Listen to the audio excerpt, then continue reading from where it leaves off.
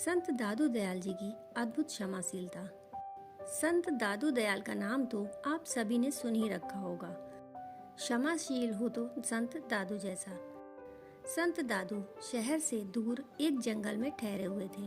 उस क्षेत्र के लोगों को पता चला तो सभी सत्संग करने हेतु जंगल में ही आने लगे। शहर कोतवाल को उनके शुभागमन का संदेशा मिला तो उनके मन में भी संत के दर्शन की इच्छा उत्पन्न हुई।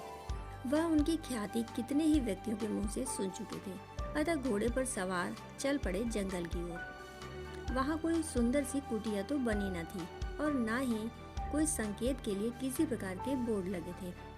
काफी दूर आने पर एक दुबला पतला व्यक्ति रास्ते की झाड़ियाँ साफ करता हुआ दिखाई दिया। वह बड़ी मुस्तैदी से झाड़ियों को काटने में लगा था, जैसे ढेर इकट्ठा हो जाता किनारे के किसी गड्ढे में फेंक देता। शरीर पर वस्त्र के नाम पर केवल एक लंगोटी थी। कोतवाल ने सोचा शायद संत का पता इस व्यक्ति से चल जाए।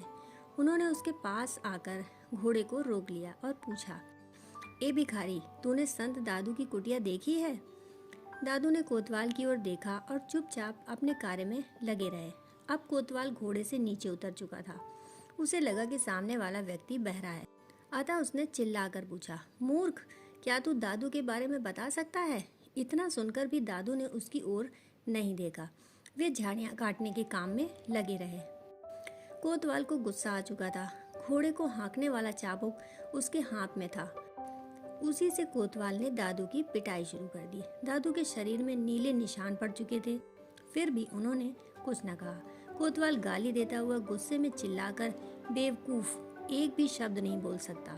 गूंगे और बहरे होने के साथ क्या पागल भी है? इतना कहकर कोतवाल ने चाबुक का डंडा उसके सिर पर दे मारा।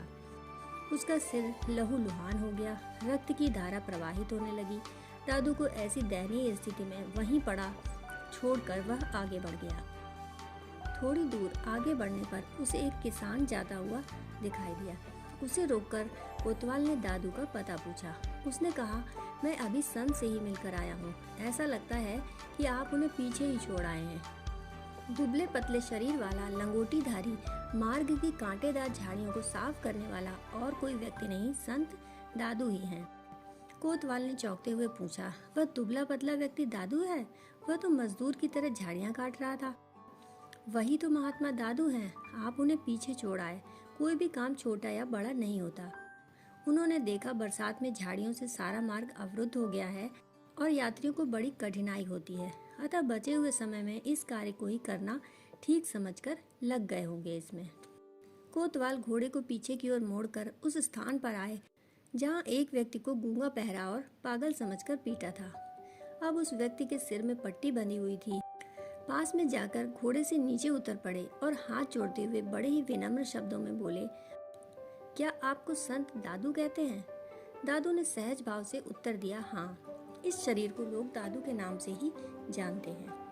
अब कोतवाल उनके चरणों में गिर पड़ा और आंसू बहाने लगा। अपनी करनी पर बार बार पछता रहा था। उसने बड़ी दीनता भरी आवाज में कहा, महाराज, मुझे क्षमा कर दीजिए, मैं तो आपको गुरु बनाने की इच्छा से आया था।